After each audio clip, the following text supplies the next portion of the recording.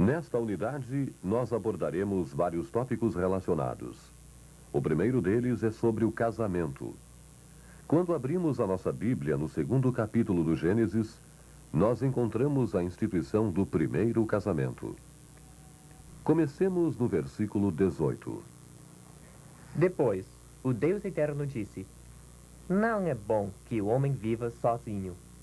Vou fazer para ele alguém que o ajude, como se fosse a sua outra metade. Depois que o Deus Eterno formou da terra todos os animais selvagens e todas as aves, ele os levou ao homem, para que pusesse nome neles. E eles ficaram com os nomes que o homem lhes deu.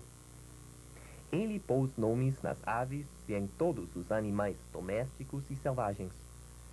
Mas para o homem não se achava uma ajudadora, que fosse como a sua outra metade.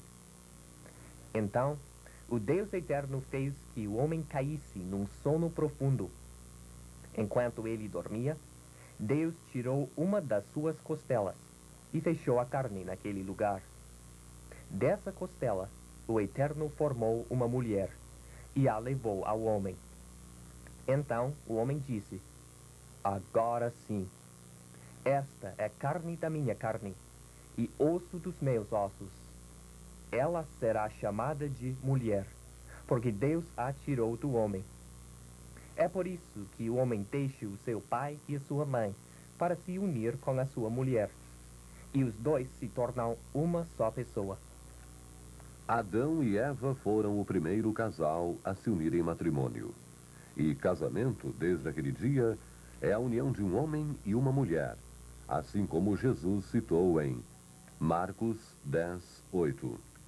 E os dois se tornam uma só pessoa. No plano de Deus, casamento não é a união de um homem com 3 ou 4 esposas, como é praticado por algumas culturas. Também não é a união de um homem com outro homem, ou de uma mulher com outra mulher. O que Deus ordena é sempre bom, e, como Deus ordenou o casamento, mesmo que não o tenha exigido, o casamento é bom. Com isso em mente, vamos ver agora os propósitos e as bênçãos do casamento. No topo da lista poderia estar companheirismo. Gênesis 2:18 diz: Não é bom que o homem viva sozinho. Vou fazer para ele alguém que o ajude, como se fosse a sua outra metade. E, saltando para o versículo 21, nós lemos: Então o Deus Eterno fez que o homem caísse num sono profundo. Enquanto ele dormia, Deus tirou uma das suas costelas e fechou a carne naquele lugar. Dessa costela, o Eterno formou uma mulher e a levou ao homem. Eva foi criada para que Adão pudesse ter uma companhia. Notem bem, não uma escrava, não um objeto de posse, mas uma parceira, companheira, uma ajudante apropriada, alguém sem quem sua vida seria incompleta. Como diz o poema, ela não foi feita da sua cabeça para reinar sobre ele, nem tampouco dos seus pés, para ser pisada por ele, mas do seu lado, para ficar perto dele, debaixo do seu braço, para por ele ser protegida, e de perto de seu coração, para ser amada.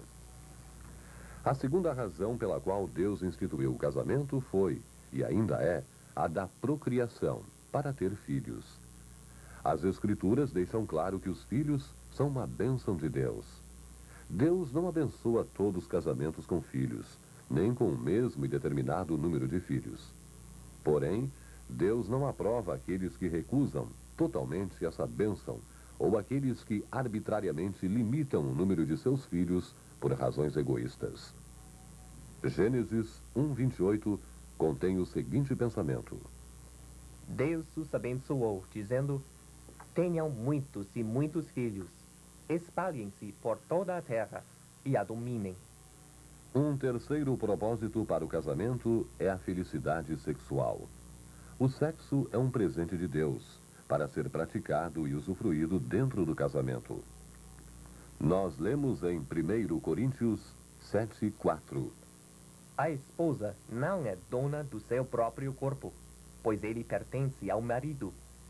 Assim também, o marido não é dono do seu próprio corpo, pois este pertence à esposa. Agora que já vimos quais são os propósitos do casamento e as suas bênçãos, vamos colocar a seguinte questão. Aos olhos de Deus, em que momento o casamento se dá? É quando A. Vocês dizem aceito? Ou B. Vocês têm juntos a primeira união sexual? Ou C. O juiz realiza o casamento civil? Ou D. O homem e a mulher consentem livre e espontaneamente em viverem juntos como marido e mulher para o resto de suas vidas? A última resposta é a correta. A base do casamento é a promessa que o homem e a mulher fazem um para o outro, de viverem juntos até a morte. Se o compromisso de manter essa promessa for forte de ambos os lados, então o casamento será forte. Por outro lado, se o compromisso de um com o outro for fraco e a promessa feita nada significar, então o casamento será também fraco e, eventualmente, poderá romper-se. A esse respeito, o noivado tem de ser sério e representar um compromisso de ambos com Deus. Romper tal noivado é pecado. Assim sendo, não pode ser assumido de maneira frívola. Isso levanta a seguinte questão. É errado que eu mantenha relações sexuais com a minha noiva antes de estar oficialmente casado? Esta pergunta é formulada por aqueles que assim raciocinam. Desde que, por ocasião do noivado, eu já tenha assumido um compromisso com a minha parceira, por que eu não poderia usufruir os benefícios do casamento? A razão do por que não, como resposta, está ligada ao quarto mandamento. Nós temos uma obrigação com a lei que, por causa da saúde e da boa ordem, exige que o nosso casamento seja registrado em cartório. Além disso, há o oitavo mandamento, que nos diz para não enganar as pessoas. Pois, se duas pessoas vivem juntas, pretendendo casar ou não, dão aos demais a impressão de que eles são marido e mulher. Se eles não o são realmente, então estão permitindo que as pessoas sejam enganadas sobre o seu verdadeiro estado civil. Deus estabeleceu uma ordem especial e abençoada para o casamento. O homem e a mulher são parceiros, mas o homem é o cabeça dessa parceria. Efésios 5:22 diz: Mulheres, obedeçam aos seus maridos, como obedecem ao Senhor. E no versículo 24, esse conceito é ampliado.